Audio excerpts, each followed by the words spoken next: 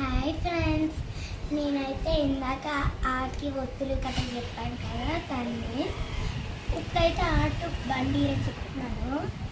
ఆ ఈ ఇక్కడ ఫస్ట్ వచ్చే వాటికి జస్ట్ ఆ, సెకండ్ వచ్చే వాటికి దీర్ఘం పలక.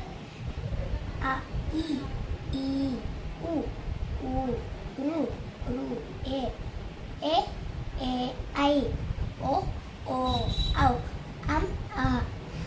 ఇక్కడ ఈ కిందకి జస్ట్ క ఖ గ గ ఇన్య ష ఛ జ.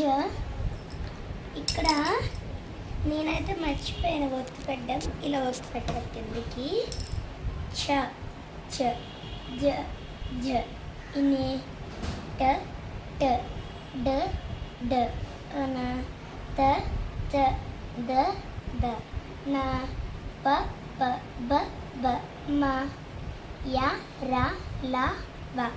మీకు మాకి యాకి కాస్త తేడా అనేది ఉండదు. ఈ మాక్ అనేది చిన్నగా సర్కిల్ పెట్టి ఇలా రాయాలి, యాక్ అనేది పెద్దగా సర్కిల్ పెట్టి రాయాలి.